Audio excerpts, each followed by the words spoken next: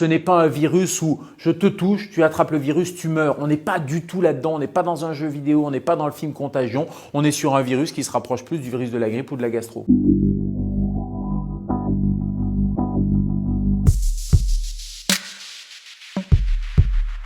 C'est un coronavirus. Corona, ça veut dire qu'il y a une couronne. Donc c'est la forme de ce virus. C'est pas un mystérieux virus chinois comme on l'entendait au début. Il n'est pas mystérieux parce qu'on a sa carte génétique. Ce n'est pas une bactérie, c'est un virus. Il mute et c'est pour ça qu'il fait peur. Et au début, les collègues chinois se sont un peu inquiétés parce qu'ils ont vu qu'il avait une forte mortalité. Mais plus le temps a passé, plus on s'est aperçu qu'il n'était finalement pas si méchant que ça.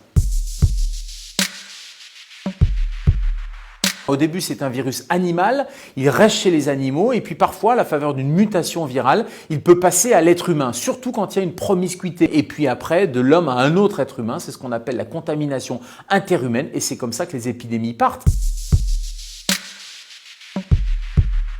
Je vous prends juste un exemple. Le virus de la gastro-entérite, il va rester 2 mois sur un objet. Le virus du coronavirus, en fonction de la matière, du plastique, du métal, c'est entre quelques heures jusqu'à 4 ou 5 jours. En tout cas, si vous recevez un objet de Chine, le temps de transport, de stockage, de fabrication, etc., il n'y a pas de risque.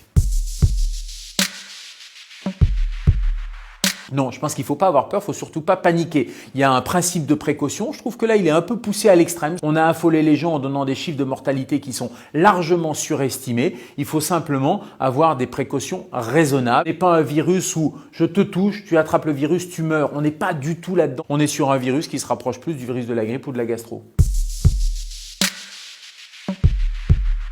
Ce sont des barrières universelles. Qu'est-ce qu'on fait? On se lave les mains. C'est vraiment le premier conseil. On se lave les mains correctement pendant 30 secondes à l'eau et au savon. Quand vous-même vous êtes malade, évitez d'aller postillonner à l'extérieur et donc vous allez mettre un petit masque chirurgical pour protéger les autres. Et puis après, il va falloir éviter les rassemblements, éviter d'aller visiter vos grands-parents parce que vous allez risquer de contaminer les gens les plus fragiles. Si vous n'êtes pas malade, il n'y a aucune utilité à avoir un masque. On peut décéder des complications directes du virus, ça donne des pneumonies. Comme pour la grippe, vous savez, la grippe, il y a 10 000 morts par an dans l'indifférence générale. Puis il y a des complications indirectes, on peut mourir de complications liées à l'alitement comme la phlébite embolie pulmonaire, liées à une complication nosocomiale.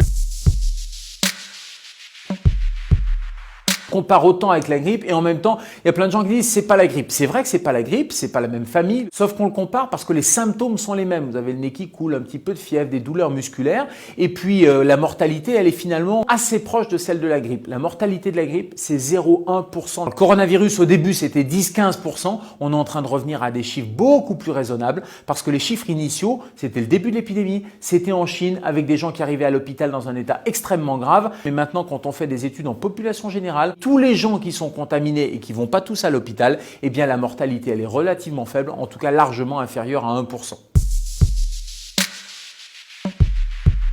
Une fois qu'on a le virus, on a, comme toute maladie infectieuse, des anticorps qui vont être produits par l'organisme et ces anticorps-là, ils vont nous immuniser. Ça veut dire qu'ils vont, dès qu'il y a une autre contamination, ils vont tout de suite attaquer le virus. Sauf qu'on a vu des cas rares, mais des cas qui existent de recontamination. Alors, est-ce que nos tests n'étaient pas fiables? Parce qu'on n'était pas capable de détecter de petites quantités du virus. Deuxième hypothèse, est-ce que le virus dormait dans l'organisme et puis s'est réveillé? La troisième, c'est qu'on peut très bien se recontaminer avec une souche légèrement différente. C'est ce qui arrive avec la grippe. Vous êtes vacciné contre la grippe, mais vous allez attraper une autre forme de grippe.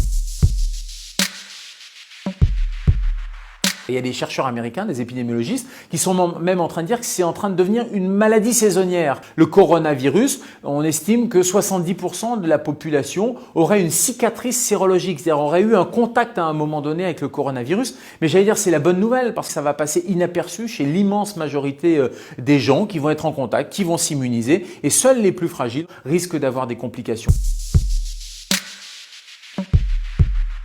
Les enfants attrapent beaucoup le coronavirus, mais ils l'attrapent de manière peu grave, peu symptomatique. Ils ont simplement le nez qui coule, voire ça passe complètement inaperçu. Et toutes les études chinoises, et on commence à avoir un petit peu de recul, montrent qu'il y a 0 complication et 0 décès. On ne peut pas prédire avec précision la fin de l'épidémie, mais on sait que ça a duré quelques semaines en Chine. On voit très clairement que les cas maintenant redescendent et on sait surtout que comme toutes les épidémies, ça évolue en plusieurs phases. Après la phase 3, le fameux stade 3 avec le pic épidémique, on va avoir une décrue. On va avoir un élément aussi intéressant, c'est le réchauffement puisqu'on arrive au printemps et il est probable que ce type de virus, comme les autres virus hivernaux, diminue. Donc j'espère grandement qu'à l'arrivée des beaux jours, vous pourrez vous faire la bise. Ceci dit, les mesures préventives, elles sont valables tout le temps pour tous les virus.